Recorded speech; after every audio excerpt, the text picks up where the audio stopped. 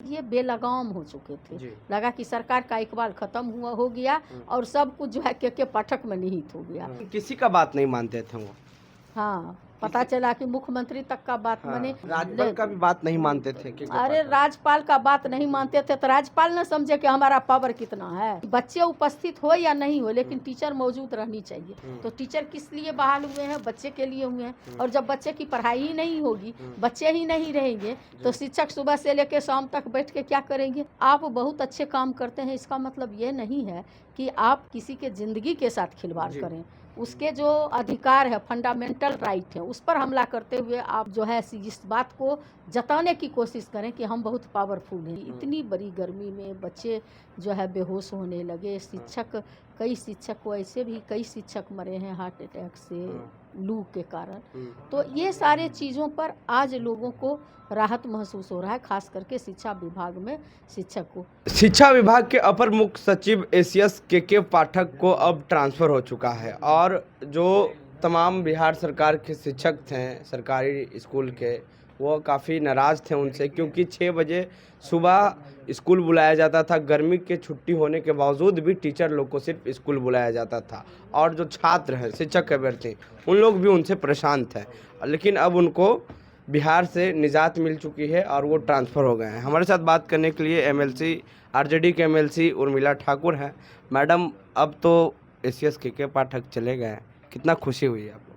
हम लोगों को क्यों खुशी हुई? तो सरकार का मामला है, सरकार रखे हटा दे तो उनके जुडिक्शन में है। हम लोग को ना खुशी है ना गम है। हम लोग को गम इस बात का है कि जो सदियों से शिक्षा व्यवस्था थी, जिसमें हमारे शिक्षा मंत्री जब सरकार में शामिल थे और हमारे शिक्षा मंत्री चंद्रशेखर बाबू बने और बाबू तेजस्वी प्रसाद यादव जी जब उप मुख्यमंत्री बने तो शिक्षा विभाग में आमूलचूल परिवर्तन हुआ।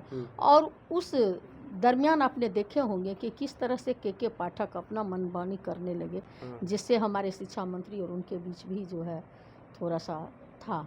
लेकिन आम आवाम, चाहे वह विद्यार्थी हो चाहे शिक्षक हो, उनके साथ जो ज्यादती होने लगी, इतनी बड़ी गर्मी में बच्चे जो है बेहोश होने लगे। कई शिक्षक को ऐसे भी कई शिक्षक मरे हैं हार्ट अटैक से, लू के कारण। तो ये सारे चीज़ों पर आज लोगों को राहत महसूस हो रहा है, खास करके शिक्षा विभाग में शिक्षक को। आप बहुत अच्छे काम करते हैं, इसका मतलब ये नहीं है कि आप किसी के ज़िंदगी के साथ खिलवाड़ करें। उसके जो अधिकार है, फंडामेंटल राइट है, उस पर हमला करते हुए आप जो है इस बात को जताने की कोशिश करें कि हम बहुत पावरफुल हैं। कि बच्चे उपस्थित हो या नहीं हो लेकिन टीचर मौजूद रहनी चाहिए। तो टीचर किस लिए बहाल हुए हैं? बच्चे के लिए हुए हैं। और जब बच्चे की पढ़ाई ही नहीं होगी, बच्चे ही नहीं रहेंगे तो शिक्षक सुबह से लेकर शाम तक बैठ के क्या करेंगे? 6 बजे सुबह बुलाया जाता था। हाँ, 6 बजे सुबह से लेकर 5 बजे शाम तक बैठ के क्या करेंगे शिक्षक?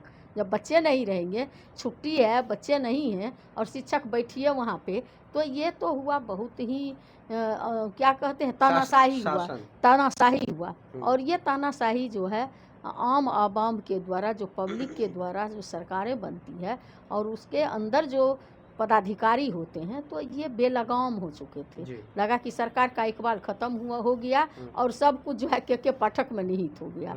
तो ये तो सरकार को सोचने की बात है। अब राजस्व विभाग में गए हैं, वहाँ क्या करेंगे ये तो वक्त बताएगा, उस पर हम लोग क्या बोले। लेकिन होली में भी छुट्टी नहीं देते थे।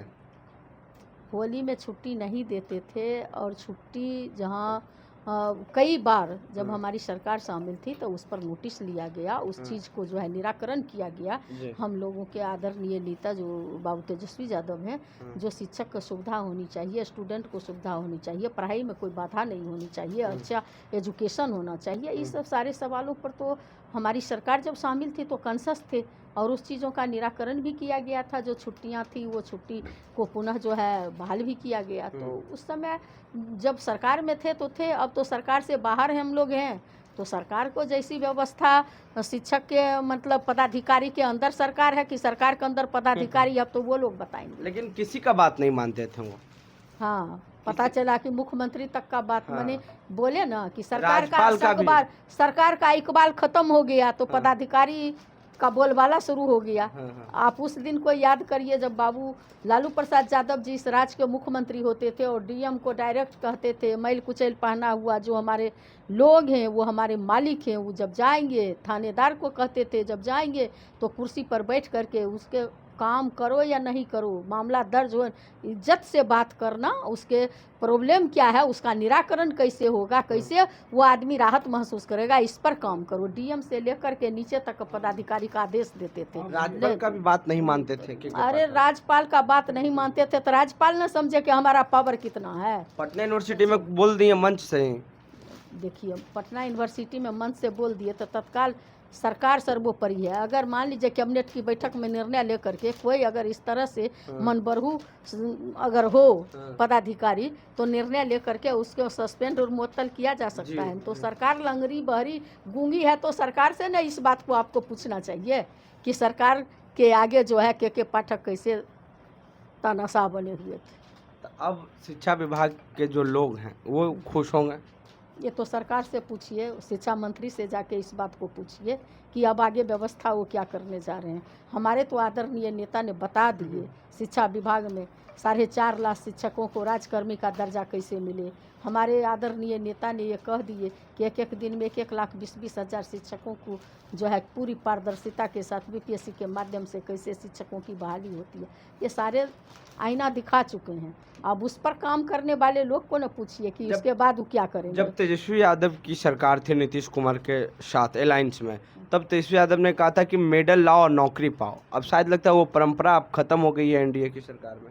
अब परंपरा देखिए हमारे आदरणीय नेता बोले ना कि बेरोजगारी को सबसे बड़ा देश ही नहीं राज्य से लेके देश में बेरोजगारी को सबसे बड़ा कैंसर के रूप में देखे कि इस देश में अगर सबसे बड़ा कैंसर कुछ है तो है बेरोजगारी। और नौजवानों की जो बेरोजगारी है वह जो है कैंसर से कम बड़ा दर्द नहीं देती है एक बेरोजगार नौजवान के लिए। तो उस समय जो है आदरणीय नेता इस बेरोजगारी के सवाल पर जितना बन पड़ा, आप देखे होंगे कि 3 लाख और बहाली होती जिसका वो फाइल बढ़ाए हुए थे, अभी तक में 8 लाख हो गई रहती। उन्होंने वादा किए थे 10 लाख हम जो है जब आएंगे सत्ता में तो 10 लाख युवाओं को नौकरी देंगे।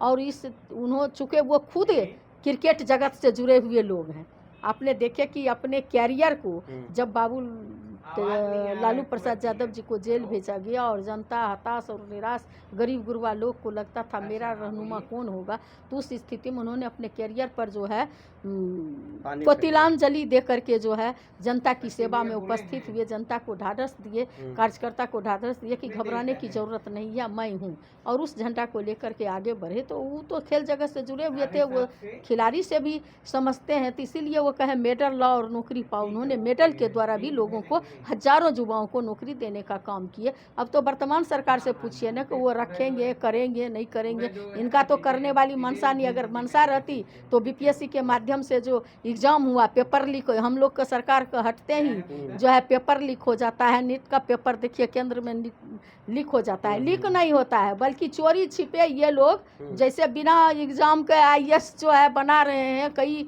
विभाग का मैनेजर बना रहे हैं, कई यूनिवर्सिटी में कोऑर्डिनेटर बना रहे हैं। तो उसी तरह से इन लोगों का कुछ होगा घपलेबाजी घोटालेबाजी, तो उस तरह से वो लोग कर रहे हैं। तो उन लोगों से ये बात में जानकारी आपको लेनी चाहिए कि अब वो व्यवस्था रहेगी कि नहीं रहेगी। क्या लगता है अब जो शिक्षक पहले परेशान थे मैडम, तो अब उनकी चेहरा पे खुशी लौट आई?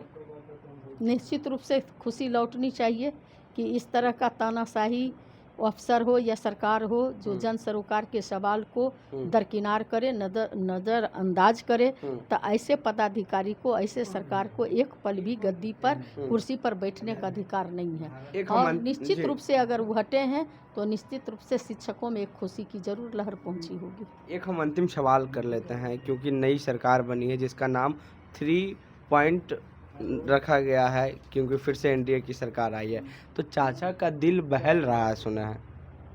देखिए चाचा के बारे में तो भगवान भी नहीं, चाचा को खुद नहीं मालूम है हम कहाँ जाएंगे, वो कब कहाँ किधर पलटी मारेंगे वो तो वही जानते होंगे। अब तो चाचा को ज़्यादा खुश होना चाहिए, ज़्यादा इसलिए खुश होना चाहिए चाचा जी को कि पहले तो वो बिहार सरकार में एक साथ हैं, अब तो डबल इंजन की सरकार में वहाँ भी वो हैं, उनके लोग वहाँ भी मंत्री बने हैं। तब तो पूरे देश में जो है, क्या कि इंडिया गठबंधन का शुरुआत वही किए थे और इंडिया गठबंधन से भागे, सोचे इंडिया गठबंधन मेरे भागने से खत्म हो जाएगा। तो आपने देखे कि इंडिया गठबंधन कितनी मजबूती से देश में खड़ा हुआ। तो सरकार में वो शामिल हैं और आज अगर वो चाहते हैं बिहार के लिए कुछ हो तो अब तो बिहार को विशेष राज्य का दर्जा, विशेष पैकेज, पटना यूनिवर्सिटी के लिए कहते थे सेंट्रल यूनिवर्सिटी का दर्जा लेना चाहिए और पूरे देश लेवल पर जातिगत जनगणना उनको करवा देनी चाहिए। तो ये सारे काम वो करेंगे तभी ना हम लोग। नाराज हैं जो अग्निवीर सुनिए उधर ना, नाराज हैं। अग्निवीर योजना जो है जो के माध्यम से जो युवाओं के ज़िंदगी के साथ खिलवाड़ किया गया उस सबको निरस्त करते हुए पुनः पहले जैसा बहाली करवाएंगे। चाचा जी अब काम करके दिखाएंगे ना, ये कहने से नाराज हैं और ये सब बातों से जनता सुनने के लिए थोड़ी। रेल चाहिए था। अरे भैया रेल चाहिए था कि भेल चाहिए था तो उससे न मांगेंगे। अच्छा, तेजस्वी जी से क्या बात हुई थी एरोप्लेन में? क्या हमारे नेता को से कुछ नहीं बात हुई? एक के सीटों में बैठ के जा रहे थे, बैठने से क्या जैसे हम लोग होता है? बैठे हुए हैं तो वैसे क्या ही होगा? बैठे हुए हैं। बैठे तो देखिए आगे का कुछ प्लान होगा ना? कोई प्लानिंग नहीं है। हाँ? वो जहाँ है वहाँ है, हम लोग जहाँ हैं वहाँ संघर्ष कर रहे हैं। कोई प्लानिंग नहीं है। क्या प्लानिंग है? आने का संभावना है चाचा का? अब आने का संभावना बोले ना, उनको खुद नहीं पता है तो हमको कहाँ से पता होगी। शुक्रिया मैम। ये हैं उर्मिला ठाकुर। हमारी बातचीत में आपकी क्या राय है नीचे कमेंट बॉक्स में दें। फेसबुक पे देख रहे हैं वीडियो को शेयर कर लें, यूट्यूब पे देख रहे हैं हमारे चैनल को सब्सक्राइब कर लें। बहुत बहुत धन्यवाद।